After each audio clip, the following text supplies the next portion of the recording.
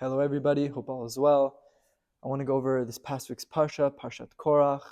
A lot of interesting ideas come out from this Parsha, lessons we can learn.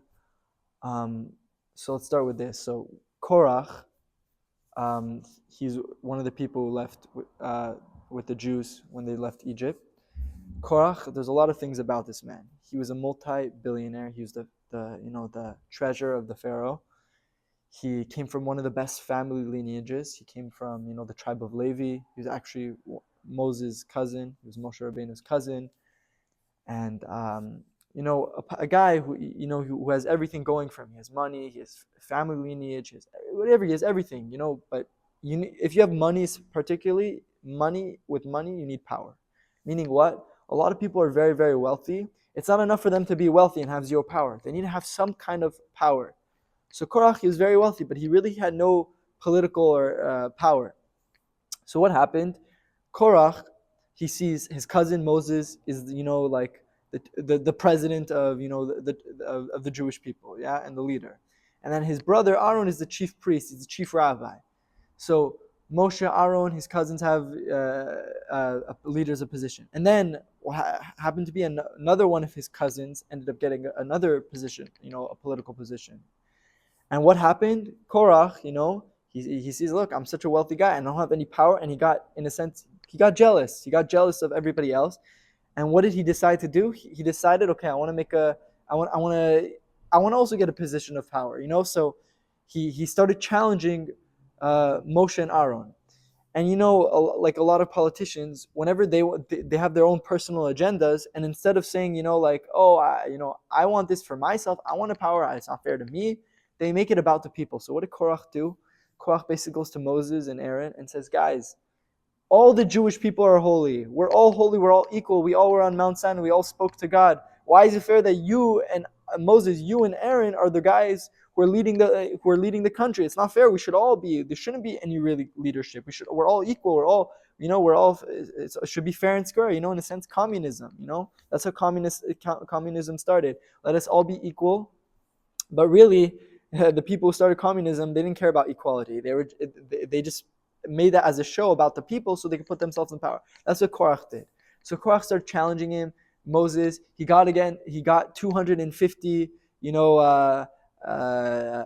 other big people in the Jewish community. He got Datan, he got Aviram, he got a bunch of very big Jewish political figures in a sense. And he started riling up a rally against Moses and Aaron and starts challenging Moses. It says actually in the Midrash that he came to Moses and he started challenging about a few Jewish laws, halachot. He starts challenging about tzitzit and mezuzah and whatever different mitzvot. Trying to say basically put Moshe down and say Moshe, this stuff doesn't make sense. You're making it up. God didn't tell you everything. And just like God didn't tell you these things, these Jewish laws, He also didn't tell you to be the the leader or whatever. You just chose yourself. Yeah, I know God spoke to you, God said stuff to you, right? Because you're a prophet, but there's some stuff you're making up, basically. Not everything God's saying, not everything you're claiming God's telling you is what He's really telling you. You're making things up. So what happened? Moses obviously got super offended. He's like, what do you mean? You think I'm making stuff up from my mind? You think I'm just doing random stuff because I'm just bored one day and I'm just trying to figure, make some new laws, make some different things. Obviously, if I'm telling you to, keep these, complex and, laws and putting myself in political position, I'm not putting myself, God told me to do this. This is God. I'm not making things up. So what happened? You have Moses and Aharon on one side, and you have Korach and his 250, I like to say there's a rabbi who calls them the leftists, the communists, whatever you want to call them, the reform, the conservative, people who are challenging the authority of Moshe, right? So now Moshe says, okay, listen, this is really dangerous what Korach is trying to do. We got to stop it. So what did he do? He challenged Korach and the 250 people, his congregation. He challenged them to a duel. He said, listen, let's bring it sacrifice. If God answers me, then we know I'm the one telling the truth. And if God answers you, then you guys are telling the truth. And what ended up happening, they challenged each other to a duel. And long story short, Moses prays to God, says, God, this guy, Korach and his whole group, please do such a big miracle that never happened in the creation of the universe.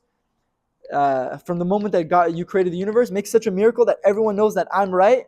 And what's the miracle? Make a big hole in the ground, make the ground open up, a sinkhole in a sense, and swallow Korach and his entire, his entire group in one shot. To show everybody, and I'm going to say it loud, to show everybody that I'm not the one faking it, and he's the one, trying to, he has agenda, and he has an agenda, and he's trying to, make a whole show about it, and challenge me and take me down. What happened? Moses said the prayer. As soon as he finished speaking, boom! God wiped out Korach and his whole group in one shot with the biggest miracle. They say that from the 6th day of creation, God implemented this into the creation, that this ground will open up. Whatever. Long story with that. But the idea is what? That Korach and his whole group died, and it says to this day, Korach and his entire group, the Torah that tells us, the oral Torah, he descended to the pit, they say, alive. He descended to hell alive, and he's every day in hell saying what? Moshe emet v'Torato emet. Moshe is true and his Torah is true. Now, okay, I told you the whole story, I told you the whole background. I have two very important questions on this. Number one, what did Korach do wrong? Don't we say in Judaism that you're allowed to challenge, you're allowed to ask questions? We're not like other religions, like Christianity and Islam, for example. If you want to ask a question, and how do you know it's true, this, that, whatever, that you got a stamp, a label. Oh, you're they call it a kofar, you're a heretic. What are you doing? You can't challenge the religion. And I myself, I've talked to so many different people. I've talked to my Uber drivers who are Muslim or Christian, and they tell me that so many broad spectrum of people. I've talked to them, and they all told me the same idea, that when they ask questions, Christians and Muslims, whatever, they ask these questions, of how do I know it's true, whatever. As soon as they were shut down, and they were put on, put on the side, and put down. But with Judaism, it's the total opposite. Judaism's all about asking questions. If you go to the Talmud, if you go to it's all question and answers. How do you know this is true? How do you know where you're getting this? Where's your source? We have, we're the one religion that says you have questions. It's a beautiful thing to have questions. You want to, how do you know this is true? How do you know that's true? How do you know Moses didn't make it up? We have books written on these topics. How do you know the Torah is from God? Why are people, going through these topics? Just trust it on blind faith? No, because we're a religion that's all about getting the truth. How do you know God exists? How do you know Torah is from God? How do you know the purpose of life? How do you know rabbis didn't make up? We go over this. We have questions. We have books and books written and answers, beautiful answers explaining all these topics. So we're not against those things. So my question is, what did Korach do wrong? Wasn't Korach just doing that? Wasn't Korach just asking questions? Wasn't he just trying to figure out the truth? When he was challenging Moshe in halacha, Moses in halacha, he was saying, Moshe, how do I know this is true? How do you know this? How do you know you didn't make it? How do I know you didn't make it up? So that's question number one. What did Korach do wrong? And number two, if what he did was what did he do was so wrong that God literally did such a big miracle that he made him swallowed up into the ground? Like, that's a horrible punishment. And now he's in hell still, and he's every day, he's basically suffering because of that. What did he do that was so wrong that he deserves such a big punishment for it? I understand, he whatever if he challenged Moshe in a sense, but why he gets it swallowed by a pit because he's asking questions? Like, this is totally, if you look at this whole story from from the surface level perspective, it looks like totally contradictory to Judaism. He seemed like he didn't do anything wrong. So the answer is as follows. So the question is, what did Korach do wrong, basically, and that and what did he do wrong, and why did he get such a bad punishment for what he did? So the answer is as follows. Korach, obviously, we knew from the beginning of the story, if you read the Torah and you saw the way the Torah writes it, and also from just looking at the whole story, Korach had an agenda. Korach didn't care about the truth. Korach had one thing in his mind. He wanted a political position. He wanted to be one of the leaders. He wanted to put himself in that position. So now, when he was asking questions and challenging Moses, he wasn't challenging Moses because he wanted to know the truth. When he's challenging about, the halachas of tzitzit and techelet, right? The blue thing you have to have on your tzitzit, and the halacha of mezuzah and sefer Torah. He wasn't challenging Moshe because he wanted to know the truth. When we ask questions, how do you know God exists, Torah from God? Because we want to know the truth. We're not against it. We don't have any biases. We don't have any agendas. I want to know the truth. That's what I care about. But Korach didn't have that. He had another agenda. He didn't care about the truth.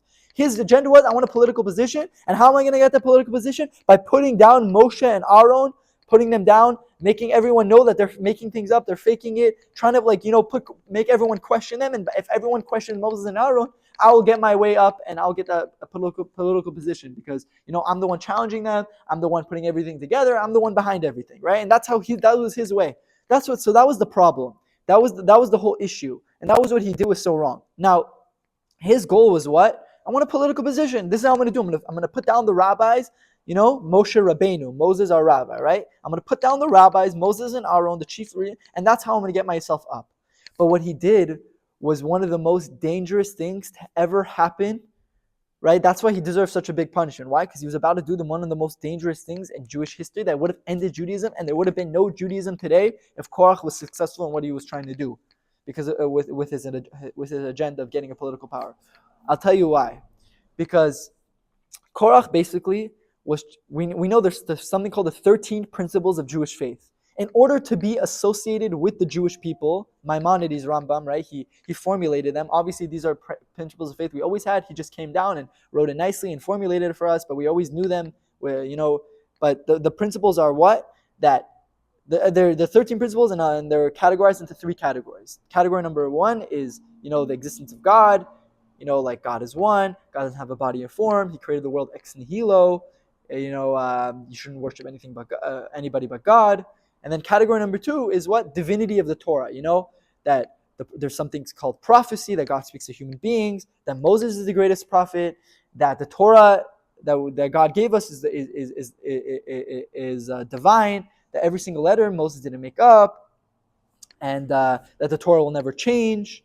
Right? And then the 3rd category is what? Reward and punishment. That there's resurrection of the dead, there's heaven, there's reward and punishment. God watches all of our God, knows our actions and our thoughts. And yeah, so those are the 3 categories. Now, what did Korach challenge? Korach challenged category number 2.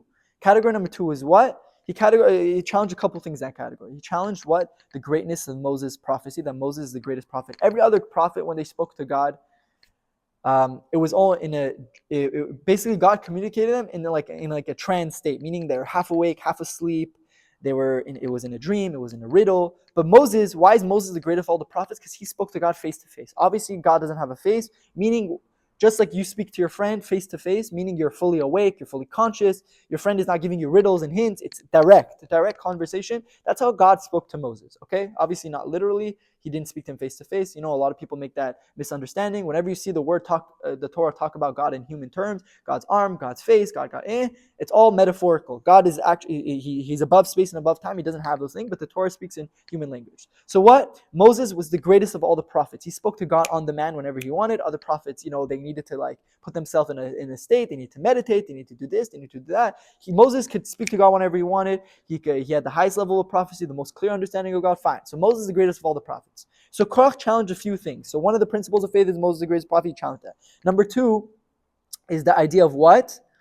That the Torah is divine. That every single letter, every single word in the Torah that we see, Moses didn't come up and make it up. Let me write A, let me write B, let me write C. Moses didn't write one. God basically told Moses, write A, B, C, D, E, F, G, write in this order, write in that, write this amount of words, right? God basically directed. That's why the Torah, the 5 books of Moses, is the highest level of prophecy, because it was the direct communication of what God told Moses.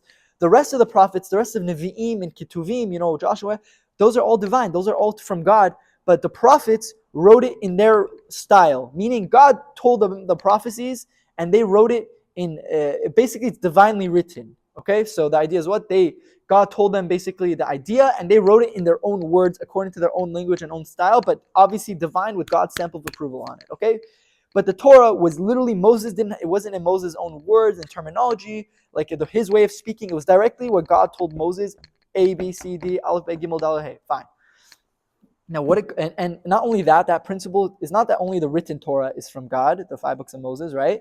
But it's also the idea that the oral Torah, all the halachot that we have, how to keep Shabbat, how to keep kosher, how to wear tzitzit, mezuzahs, having the Torah scroll, Sefer Torah, all those halachos, those are all God told Moses, right? Because if you look at the Torah, it doesn't explain to you how to keep any commandment. That obviously implies that God gave Moses an oral explanation of how to keep the commandments. And that's what the Jews claim, that from day one, God gave the Orthodox Jews. Obviously, there's no such thing as Orthodox. That only happened when the Reform came. There was only religious Jews, and people were not so religious. There was no sects of Judaism. Orthodox, is a man-made conception. There was only But we call it Orthodox today because there's other groups that created themselves so to identify ourselves as, okay, we're a part of this group. But really, Orthodox means you keep the Torah, you keep the mitzvah, you believe in the principles of faith. Yeah. So now, the idea is what? The idea is that Moses didn't make up anything. All the stuff that we have today, all the halachos and everything, is passed down from Moses. We know that that's what God told Moses. Okay, fine. So now what did Korach do? Korach challenged the principles of faith. He challenged, these pillars of faith are so foundational that without them you can't have Judaism. Without it, it's just a new religion. It's just a new sect. It's another sect of Judaism. So Korach challenged that. And because he challenged that in such an early stage, that would have been the end of Judaism. I'll give you why. I'll tell you an example. The Reform and Conservative movement. Why did most of the Jewish people, not accept it? And why? And that's why you see today Reform and Conservative Judaism is not, when someone says what's Judaism, they never think of Reform and Conservative Judaism. They always think about, Orthodox Jews, people who keep the commandments, people study the written Torah, the oral Torah, people believe in the principle of faith. They don't look at the Reform Conservative. So the question is, why do I know? The Reform Conservative movement was created 200 years ago, around the time of the Enlightenment in Europe. Basically, there's a group, just to sum it up, a very, very super summary, but very condensed summary. But the idea is what? That there's a few Jews who basically said, listen, we want to be equal to the non-Jews. We want to live like them. We want to eat like them. We want to speak like them. We want to dress like them. So we want to basically be 99% non-Jew and behave like them and act like them, and 1% Jew, and still have a little bit of our Jewish control. That was Reform Judaism, basically.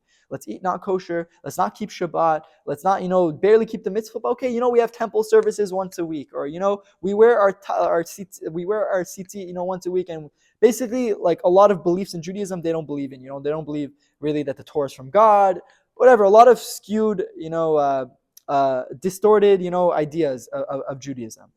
But the idea is what? They created that, and now you have that sect of Judaism called Reform Judaism, and then it's turning Conservative Judaism, and a lot of breakaways from that.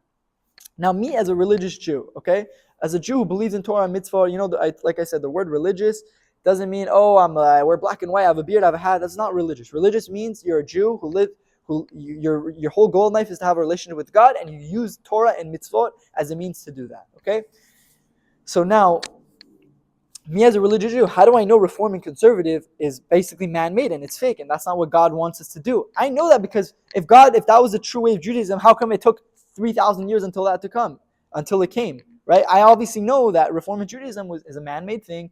There's people who basically, wanted to live a more free life, do whatever they wanted, live like non-Jews. So they created a new thing. And I know nowadays, even though I'm 200 years later, this happened 200 years ago, right? Around 200 years ago.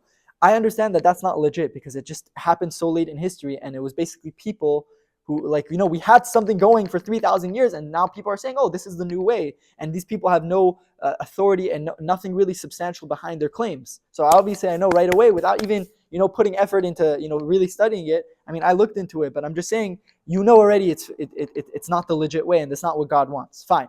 But so that was Reform and Conservative. Now, Korach, think of it as he's the first Reform and Conservative movement. He's the first movement in Judaism to start denying the authority of Moshe, that his greatness in prophecy, that the Torah, they're trying to make the claim that the Torah is man-made. So that's what Korach was trying to do.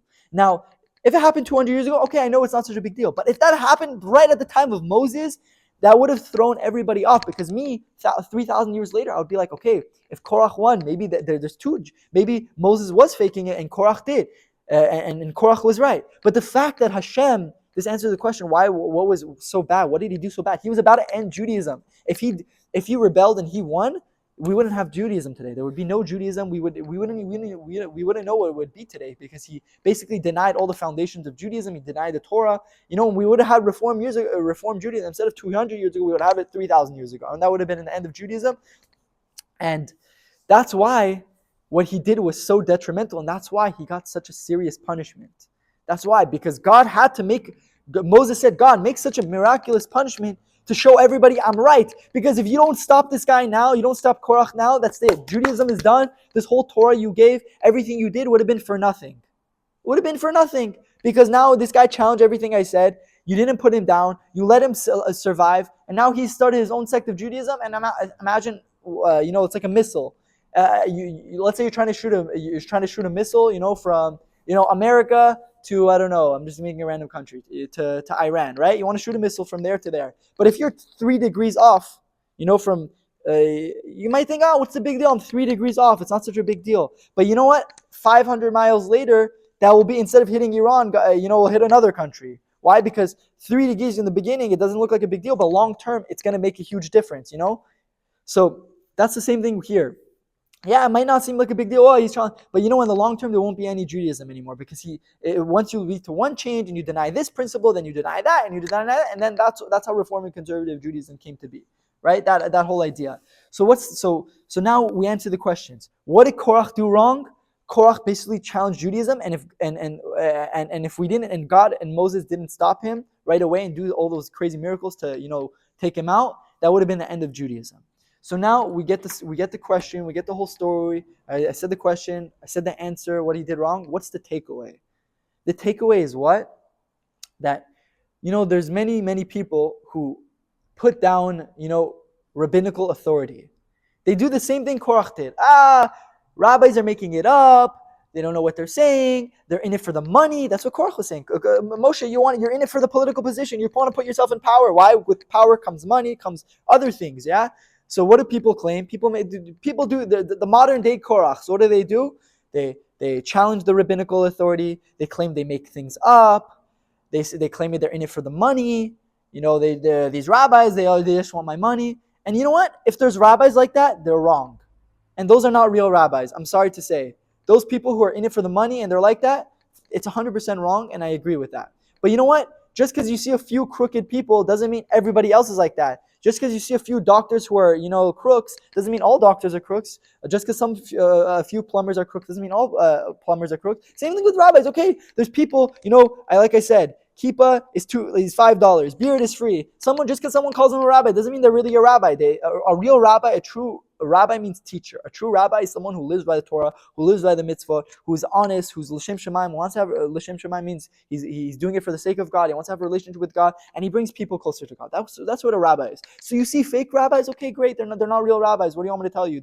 Just because they look like a rabbi and just because they have a congregation, they have a synagogue, doesn't mean anything. Anybody could do that. Anyone could have their own thing, right? The idea is what though? There are real rabbis. Don't associate the real and the fake. And in other words, don't judge Judaism by the Jew. There's Judaism. Judaism is true, and if you see some Jews not acting according to it, even if they call themselves rabbis, don't think Judaism is any less. Yeah, but the idea is what? There's so many people, they challenge the rabbis, and I'm telling you, they're not challenging because they want to really know the truth.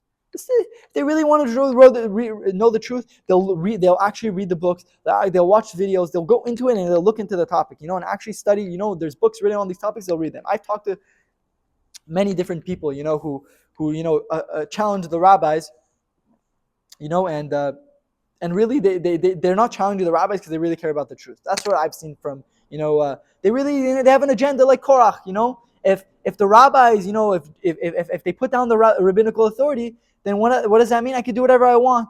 I don't have. If the rabbis say keep Shabbat, what is Shabbat? They're making it up. They're making all these rules of these halachas, these laws of Shabbat up. So they or kosher. The rabbis made it up. Only you have to keep kosher meat. You don't have to eat kosher dairy and milk, fish. The rabbis made it up because they want people to, they don't want any people to do this and that. The people make things up. They're not educated and they have agendas. And when you're not educated and you have an agenda and you don't care about the truth, it's deadly. It's a disaster. It will lead to a lot of bad things. So the point I'm trying to say is we have the modern day Korachs in a sense. God forbid, I'm not trying to call people Korachs, but I'm trying to say that the ideology, the same ideology. They put down rabbis, they have agendas, they make claims around the rabbis, and when you put down rabbinical authority, it's dangerous. Why? Because by doing that, not only Korach is done. We have Judaism today. If you start making fun of the rabbis, if you start putting down rabbinical authority and start claiming they make up things, even though that's not true, and I could go over it, it's so many things to proofs and evidence that rabbis didn't make up the Torah, and there's a whole system, whatever. But the idea is what? If you do that, guess what? Not only are you not going to take Judaism seriously, because you never looked into it to see if rabbis didn't make it up or not. And if you read Indisputable Truth, for example, there's a whole section of how rabbis didn't make it up. But and there's a book called Why Listen to the Rabbis, and there's a book called Unbroken Chain that all talks about these topics, how the oral Torah, there's no broken telephone, rabbis didn't make it up. But the idea is what? But if you put down the rabbis, guess what? You're not going to actually keep the Torah, and And these are God gave us the Torah through the rabbinical. God gave the Torah through Moses. God gave the Torah through. He put leaders. He put the Gedolim, the big rabbis. These are our messengers. These are the people who are holding in the Torah. God, gave them the authority, right? There's two positive commandments: a positive commandment, and a negative commandment. Sorry, to listen to the rabbis, to listen to the Sanhedrin. So if we reject the rabbinical authority, we're rejecting Hashem. When you go against Hashem's messengers, God put God in Mount Sinai. You know why Korach went so wrong? God literally told in front of everybody, in front of the 3 million Jewish people, right? That I put a stamp of approval on Moses, that you will believe in Moses forever, that he's my prophet, he's the messenger. And the Jewish people said, Moses, we know you're legit. You go to Mount Sinai and you get to bring down the Torah for us. We know you're legit. We know you're not a faker. We know it because God told us. If God never spoke to us, okay, we'd have a doubt. But if God went in front of the entire Jewish people and he told everybody and everyone know and everyone was there, and it was a national revelation, a national claim, and a public event that Moses is legit, that's it. No matter what, you can't put a doubt on Moshe, because as soon as you do that, then you're rejecting God, because God put a stamp of approval on Moses. And the fact that God gave Moses the Torah, and what happened was that it was too intense. The Jews got the 10 Commandments. It was too intense for them. They kept, passing out and whatever. It was very hard for them. So they told Moses, you go up and get the rest of the Torah. Now, if God is giving Moses the Torah and he's making Moses the messenger to pass down the entire Torah, the written Torah, the oral Torah, and all the explanation of all the commandments, then guess what? If God's going to give it to him, God knows God had to, in a sense, take away his free choice. Why? To God forbid, manipulate the Torah. Because if God didn't do that, right? If God's giving a book, he's going to make sure that the person he's giving to is not going to corrupt it, because then there's no point. Because if I think Moses made up the Torah, then why should I keep the Torah? Maybe he made this up, maybe that made up. How do I know what's God's word and what's Moses' word? That's why if God gave the Torah, he had to, logically, this is pure logic, he had to give it in a way that there's no way Moses could have corrupted, and it couldn't have been corrupted, and that his word stays true no matter how many generations pass, that we know exactly what he wants from us. Because if that's not the case, if the Torah could be changed, if people could have messed it up, if Moses could have interpreted different words, then guess what? There's no point. Then you don't need to keep Judaism, like I said before. So the idea is what? That if God gave Moses the Torah, and he gave him, and the Jewish people acknowledged that Moses is the thing, then obviously he gave it down and Moses didn't corrupt it, God forbid. Okay? So the idea is what? The takeaway is what? We have to respect the rabbinical leaders. We can't put rabbis down. We can't look at them in a negative way. We can't, say if we don't understand the halacha, instead of saying, oh, rabbis made it up, how about you go look into the halacha and see that rabbis didn't make it up. There's actually a system. There's a way of how we know what's true, and how we derive halacha, and how we know what to do and what not to do. But the idea is what? The takeaway, don't put down the rabbis. Because if you put down the rabbis, not only will you have you'll mess up your relationship with Hashem, because you're not going to know what to do. Because we only know what to do today. Because why do you think there's Judaism today? It's because of the rabbis, because of the rabbinical authorities, because of the leaders of every generation. They're the reason why there's Judaism today. They kept it going strong. They're the ones who pushed the Jewish people to keep learning Torah, no matter what harsh times, no matter what exile we were in, no matter what oppression we were facing. They're the ones passing it down. So if you don't respect them, not only are you ruining your relationship with God, because these are God's messengers, but guess what? Your kids, you want your kids to be Jewish? You want your kids to do that? Guess what? I highly doubt your kids are gonna keep Torah and mitzvot, and respect, and go to shul, and learn Torah and do all those things, and basically be Jewish and go to Jewish school if you yourself don't respect the people. You don't respect the people, the rabbinical authorities, the people who are passing down the Torah, the people who are teaching your kids the Torah. If you don't respect them, good luck. Your kids are not going to respect them. So how do we stay in one? This is one of the secrets of how not to get assimilated, how to make sure that your kids will always be here till Mashiach comes, until the test is done. The idea is what? That you gotta attach yourselves to the Talmidei Chachamim, to the rabbinical authorities, to people who are, I'm talking about real rabbis, real religious people. There's fake religious and there's real religious. The people who are God-fearing, the people who actually study the Torah and live by the Torah. Again, I don't like the word orthodox, because again, Reform and conservative made up the word orthodox. There was no orthodox. There's religious and not religious. Yeah. So I'm talking about real religious. Let's call them orthodox, because that's how you're going to associate between orthodox, Reform, and conservative. Reform and conservative rabbis don't believe in the Torah. They don't believe it's from God. They barely believe in the ideas of the divinity of Torah and Moses, and they believe basically rabbis made everything up. So already there you're in a slippery slope, because once you deny the authority of the rabbis, you deny Moses. You think Moses made things up. Guess what? It's not going to be Judaism. And as you see, they have high rates of assimilation. They have high rates of intermarriage. Why? Because they basically deny the rabbinical authority of Moses and his prophets and the leaders after him. But the Orthodox, find yourself the key to success, to staying Jewish and having your kids be Jewish, is find yourself a real religious, or I know I'm putting so many words on it, a real religious Orthodox rabbi who's God-fearing, who knows Torah, who really keeps the mitzvot, who works on his character traits, and really lives by what he preaches. That's what I'm saying.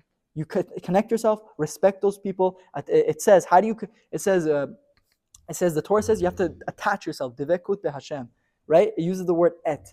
And then we say, how do you attach yourself to Hashem? Hashem is he's above space, above time. He's a fire.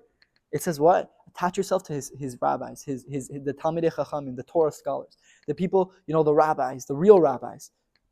Connect yourself to them, because if you connect yourself to them, they'll help you connect to God. Obviously, I'm not trying to say you need a rabbi to connect to God. That's not the point I'm trying to say. You could obviously connect to God if you study Torah and Torah mitzvah, but they will give you the tools to connect to God. That's what I'm trying to say. They'll help you understand the Torah. They'll help you understand how to keep the Torah, the mitzvah, the commandments, keep Shabbat, how to keep kosher, how to not speak bad about people, all the laws of everything in Judaism. The laws of family purity, the laws of whatever, any type of halacha, they'll teach you. They're God's messengers to teach us. They're the ones who dedicated their lives. These people, they could have been doctors, they could have been lawyers. I know so many rabbis, they had a path to success, but they chose to, sacrifice, that making so much money, and sacrifice, the authority, the grandeur of being a doctor and being a lawyer. Why? To teach the Jewish people Torah. They gave up their lives to teach us, to make sure that we're going to be on the right path, to make sure we don't assimilate and we don't become like non-Jews and lose our Judaism, the 3,300-year tradition. So, Bezrat Hashem,